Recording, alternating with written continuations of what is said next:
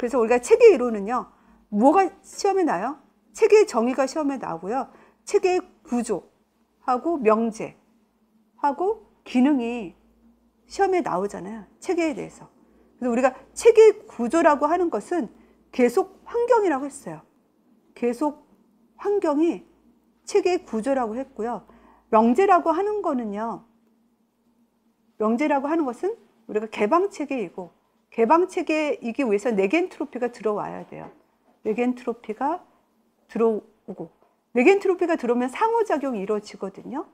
상호작용. 상호작용을 통해서 이제 전체성과 항상성을 갖는 거예요. 이게 이제 명제가 되거든요. 그리고 우리가 체계 기능이라고 하는 것은, 체계의 기능은요, 투입, 변환, 산출, 회환이라고 하는 것이 체계의 기능이에요. 그래서 이 부분이 시험에 나오는 되게 중요한 부분이고 오래 나올 가능성이 되게 높아요. 그래서 우리가 체계가 뭐냐라고 하는 것은 체계의 구조와 기능으로서 간략하게 체계라는 것을 설명할 수가 있어요. 그래서 체계의 구조는 간략하게 얘기하면 상위 체계가 있고, 이 상위 체계가 있고, 둘 이상의 하위 체계가 있는 것이 체계예요. 체계의 구조이고. 그래서 이 체계의 구조는 체계의 기능의 투입이라고 하는 것이 뭐예요? 투입이라고 하는 것이 구성원, 구성물인 구성원하고 자원, 이 투입이 되어가지고, 변환이라고 하는 게 상호작용이랬죠. 그래서 상호작용을 해가지고 산출이라는 게 목표거든요. 어떤 이제 목표를 달성하고자 하는 것이 체계라고 하는 거예요. 그 정도로 체계를 정의를 해주시면 되는 거예요. 그리고 체계의 구조가 뭐냐? 체계의 구조에는요, 계층이 있고요, 속성이 있고, 환경이 있고, 이제 경계가 있어요. 그게 이제 체계 이론의 구조예요. 체계 이론의 구조가 되는 거거든요. 그래서 우리가 계층이라고 하는 것은 계층이라고 하는 것은 우리 체계는 아까 상위 체계가 있고 하위 체계가 있댔죠. 상위 체계가 하위 체계가 있고 어떤 계층의 위계 질서를 가지고 있다라고 하는 게 계층인 거예요. 그래서 우리가 이제 위계 질서를 가지고 있고, 그리고 이 하위 체계의 활동에 의해서 이 체계가 이루어져 가고 있는 거거든요. 그래가지고 우리가 학교에서도 우리가 계층이 있다 했잖아요. 교장, 교감선생님, 뭐 일반 선생님, 뭐 학생. 그 안에 위계 질서를 이루고 있는 것이 계층이에요. 속성은 체계의 어떤 구성원의 특성이 속성이에요.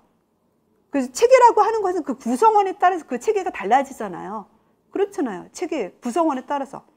그래가지고 학교에서도 뭐 공부를 잘하는, 어떤 학교는 뭐 공부를 잘하는 한학고 같은 경우에 애들의 그 특성이 다르잖아요. 그리고 공부를 안 하는 어떤 일반고의 어떤 그런 학생들의 특성이 또 달라지잖아요. 그런 것들이 속성이에요.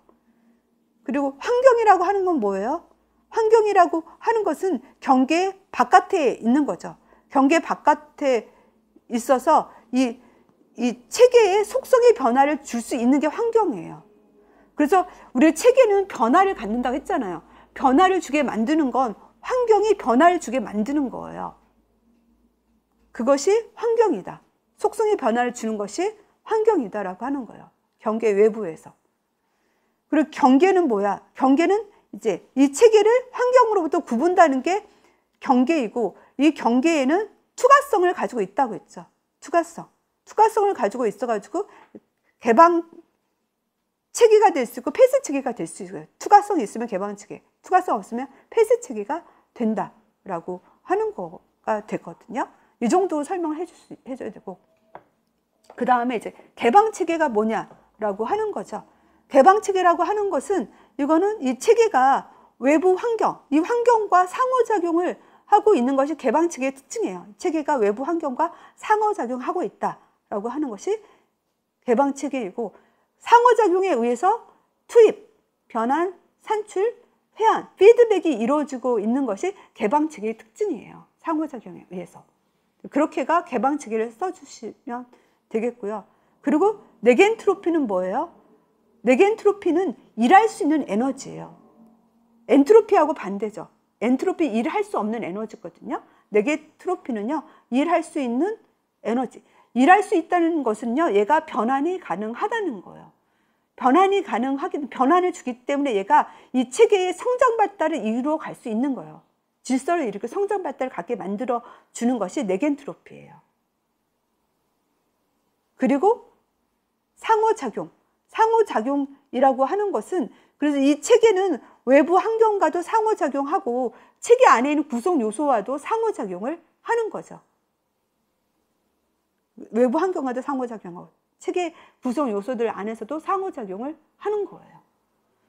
전체성은 뭐예요? 전체성은 부분의 합 이상이 전체성이랬죠. 전체성은 부분의 합 이상이다. 상호작용에 의해서 전체성이 이루어지는 거예요. 그래서 이제 우리가 부분적으로는 다 유능한 사람일지라도 그 안에 상호작용이 잘 이루어지지 않으면 그 체계의 어떤 기능을 잘 수행하지 못하는 거예요. 그렇기 때문에 그거를 전체성이라고 하는 거죠. 항상성이라고 하는 건 뭐냐? 항상성은 우리가 체계 있는 환경에서 변화를 경험한다고 했잖아요.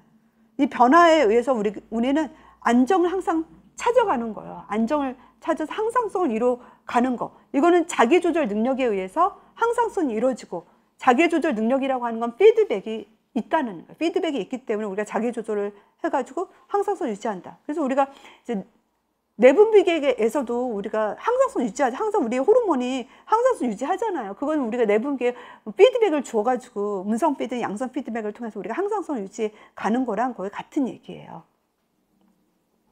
그래가지고 이걸 지역사회에 적용한 거를 이제 투입부터 다시 얘기를 하면요. 우리가 투입이라고 하는 것이 아까 구성원과 자원이 투입이 된다고 했어요. 학교에서 구성물이라고 하는 것은 학생이라든지 뭐 선생님이 학부모가 구성물이 되고, 자원은 이제 인적 자원, 뭐 물적 자원, 사회환경적 자원이라고 했었죠. 인적은 보건교사는 인적 자원에 들어가고, 물적 자원은 뭐 상하수도라든지 화장실 이런 것도 물적 자원으로 되어 있죠. 되어 있고, 사회환경 자원은 보건실에 있는 뭐 도구라든지 기구라든지 될 수 있고, 근데 그거를 굳이 요즘은 나누지는 않아요. 그냥 그 정도만 자원을 생각을 하시고요. 그리고 우리가 변환이라고 하는 거, 상호작용은 구성물과 자원의 상호작용이 변환이고, 이게 간호 과정이 된다고 했어요. 구성물과 자원의 상호작용이 간호 과정이 되고, 그리고 우리가 이제 산출, 목표라고 하는 것은 적정 기능 수준의 향상이 목표라고 했죠. 산출이고. 그래서 이런 산출을 하기 위해서 하위 체계가 이 상위 체계를 도와줘야 돼요. 도와줘야 되고. 그리고 이제 또 외부 환경도 이 산출을 잘할 수 있도록 도와줘야 목표 달성을 할 수 있는 거거든요. 근데 우리가 회한이라고 하는 건 언제 생긴다고 했어요? 이 하위 체계에 뭔가 이상이 생겨서 못 도와줘. 하위 체계에 이상이 생겨서 이 상위 체계를 못 도와줘. 그리고 이제 외부 환경이 여기에 방해를 해. 그러면은 산출의 일부가 투입되어지는 것이 회한이에요. 산출의 일부. 왜냐하면 그 산출이 목표 달성하지 못했잖아요. 그렇기 때문에 이것이 다시 재투입이 되어져 가는 것이 회한이거든요. 그래서 회한을 통해서 우리가 상위 체계나 하위 체계를 다시 점검하고, 또 외부 환경의 저해 요소를 제거를 한다고 했어요. 외부 환경이라고 하는 것은 우리가 이제 뭐 사회적, 정치적, 제도적, 물리적, 기술적 그런 것들 외부 환경이랬죠. 그래가지고 뭐 홍수가 났다든지 뭐 코로나가 발생했다든지 그런 것들이 우리 사업하는 데 있어 방해가 될 수 있는 외부 환경이 될 수 있다라는 거죠. 그런 우회 요소를 우리가 제거를 해줘야만 우리가 이제 목표 달성을 할 수 있다라고 하는 부분이죠. 이런 부분이 되게 체계에서는 중요한 거고요.